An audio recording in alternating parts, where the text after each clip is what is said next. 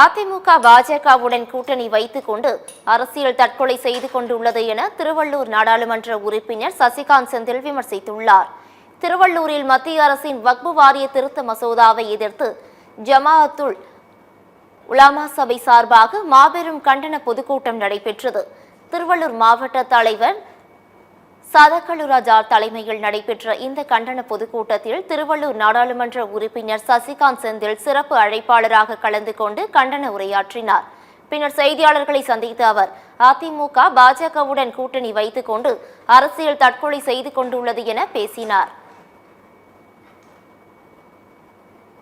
ரொம்ப அதாவது அஇஅதிமுக என்பது ஒரு பெரிய அரசியல் சித்தாந்தமாக பலமாக இருந்த காலம் போய் இன்னைக்கு அவர்கள் அழிவு பாதையை நோக்கி போகிறார்கள் என்பது மாற்று கருத்தே கிடையாது. பாஜகவுடன் சேர்ந்த எந்த கட்சியுமே இது வரைக்கும் முன்னாடி வந்ததா சரித்திரமும் கிடையாது. அவர்களுடைய மோடஸ் ஆபரண்டியே ஒரு கட்சியோட சேர்வது, அதே கட்சியை முதுகுல குத்திட்டு அந்த கட்சியை புறம் தள்ளிவிட்டு முன்னாடி வருவது அவங்களுடைய வேலை. இன்னைக்கு அஇஅதிமுகவை செய்திருப்பது எப்படி அவங்க அதை முடிவு பண்ணாங்கன்னு கூட எனக்கு புரியல.